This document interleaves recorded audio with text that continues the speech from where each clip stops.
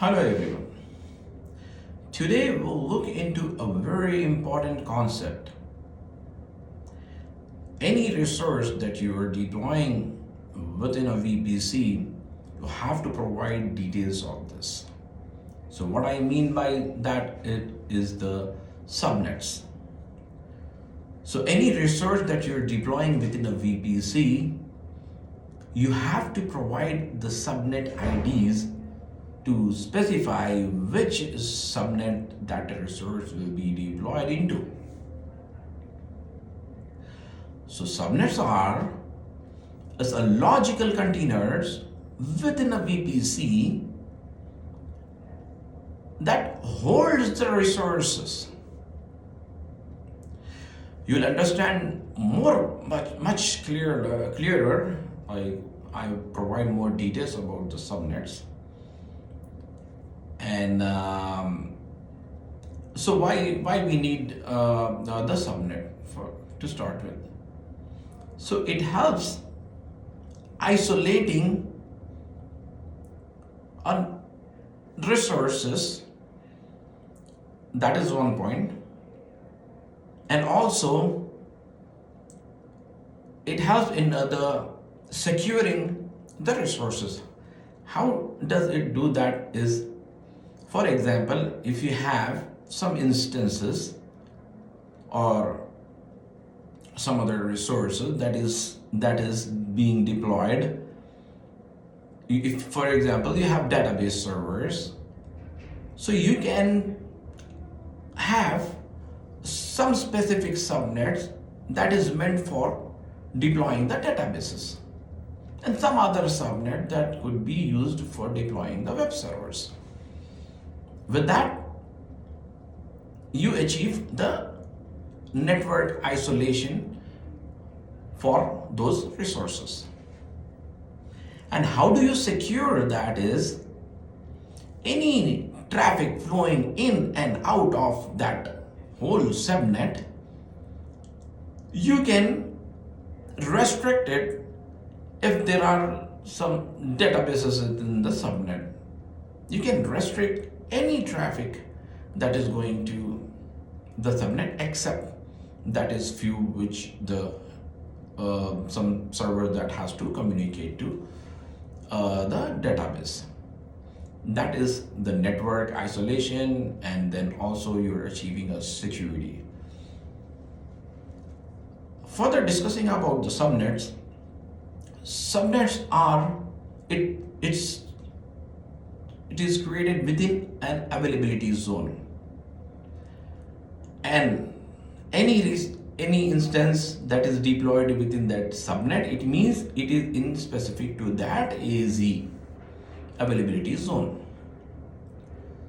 You can have multiple subnets created within a single availability zone, within a single VPC, and in a VPC you can, so VPC is the broader, right? It covers several availability zones, but the subnet is limited to the AZ.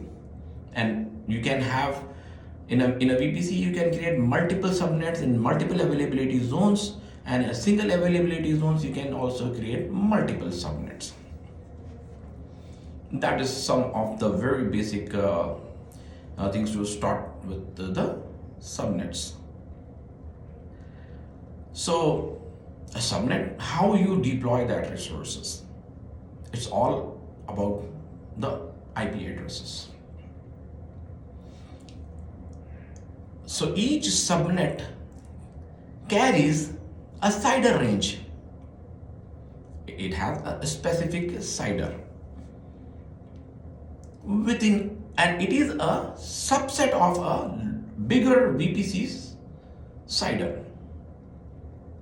So I'll provide an example for you to understand everything about subnets. A very deep understanding.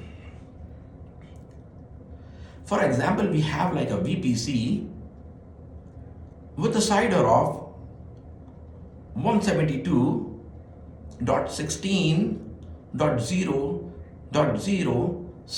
16. So this is, I am saying, a VPC CIDR /16 that gives you approximately 65,000 IP addresses.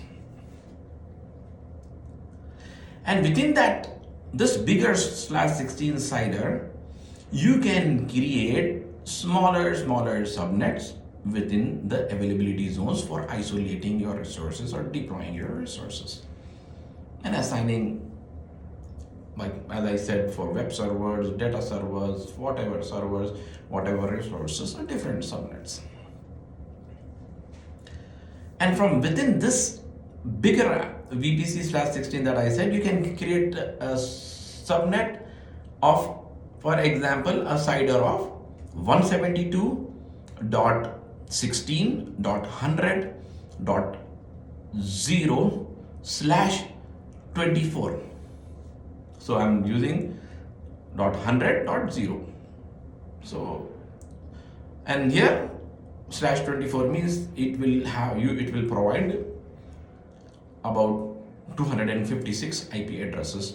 So some 256 IP addresses will be isolated to, and within that subnet ID, you can deploy resources in that. And what range that you get of this 172.16.100.0 to 172.16.100.255. So all from 100.0 to 100.255. This is in total 256 IP addresses that you get in the /24. And this is an isolated as a subnet. You can deploy resources into that. One another thing you have to keep in mind is, out of any subnet that you are creating, 5 IP addresses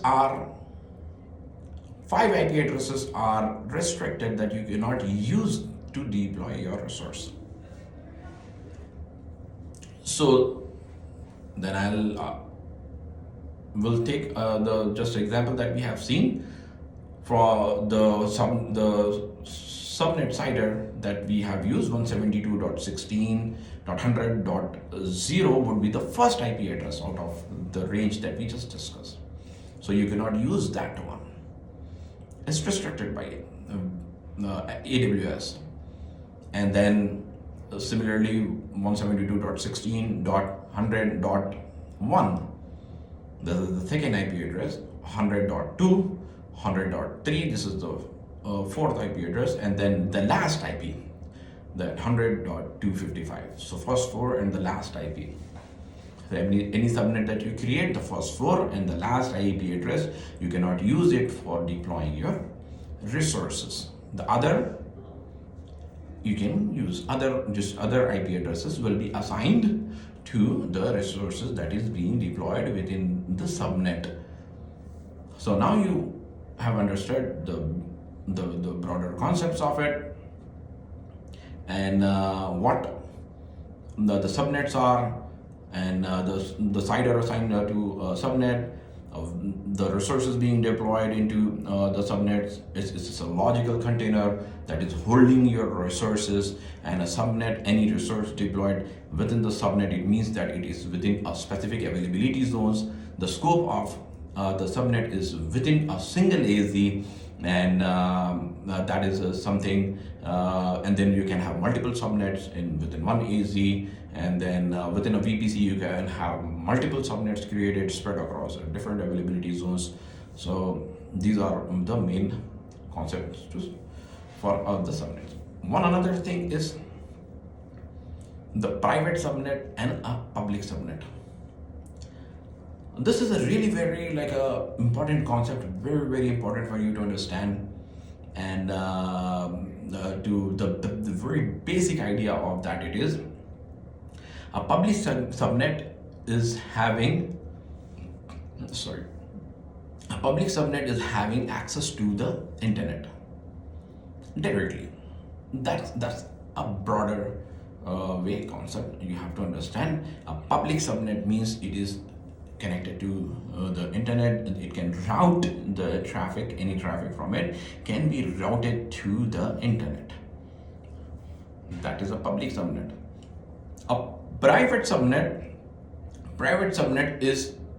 is isolated from the internet. So traffic from it could not go directly to the internet. Why this public private subnet? It's all about securing your network. Anything that is coming from the internet, any traffic you do not want, that has to be go to your resources directly, and then the most of the resources in the organizations are placed in the private subnets. And there's hardly any public subnet would be really there for the deploying of the applications. And that is there are like with these, if you understand these concepts, public subnet and a private subnet, then you will understand the other concepts of how what are the ways then. If it is in a private subnet, the resources, some resources that need to go to internet to connect to some third party, some to do some the patches or whatever, right?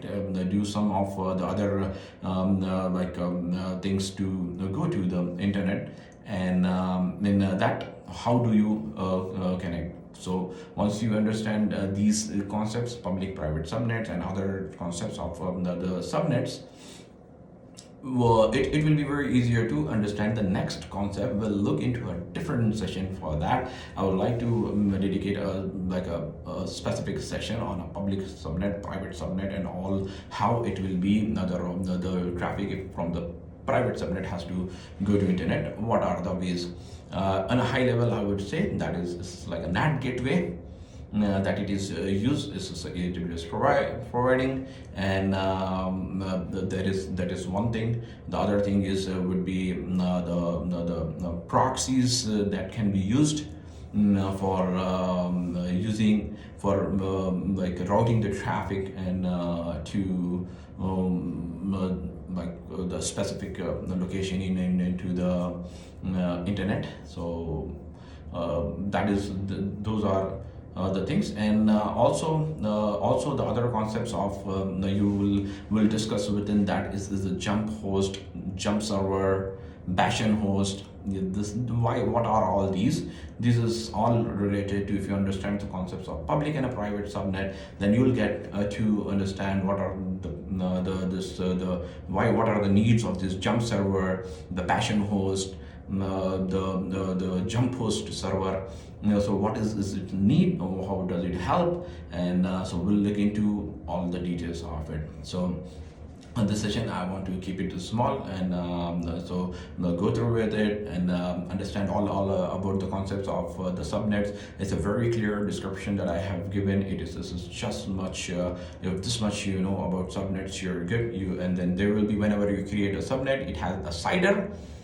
CIDR you have to remember, and it has like a subnet ID that you have to, that these things you will be used. Subnet ID used well deploying the resources, and then CIDRs it's used in the network. For example, you making the traffic flow to that, and then out of it in the rule defining of the rules, things like that. So you have like a CIDR, any subnet created, a CIDR will be created within a VPC, that is a subset of a VPC CIDR. So the subnet will have a CIDR, and then you have like a subnet ID, and that is one another important thing out of it is it is within an availability zone. Don't forget that it's just within one single AZ subnet. If you are clear with these concepts, you are really very good with the subnet. Nothing more you might have to know. But then the next session, I'll discuss more details about the public and a private subnet, and all other details about it, and the other jump servers, the things and everything in like a clearer and a much in detail for you to understand. And then I think that's about it for today's session. You guys have a great day. Thanks. Bye.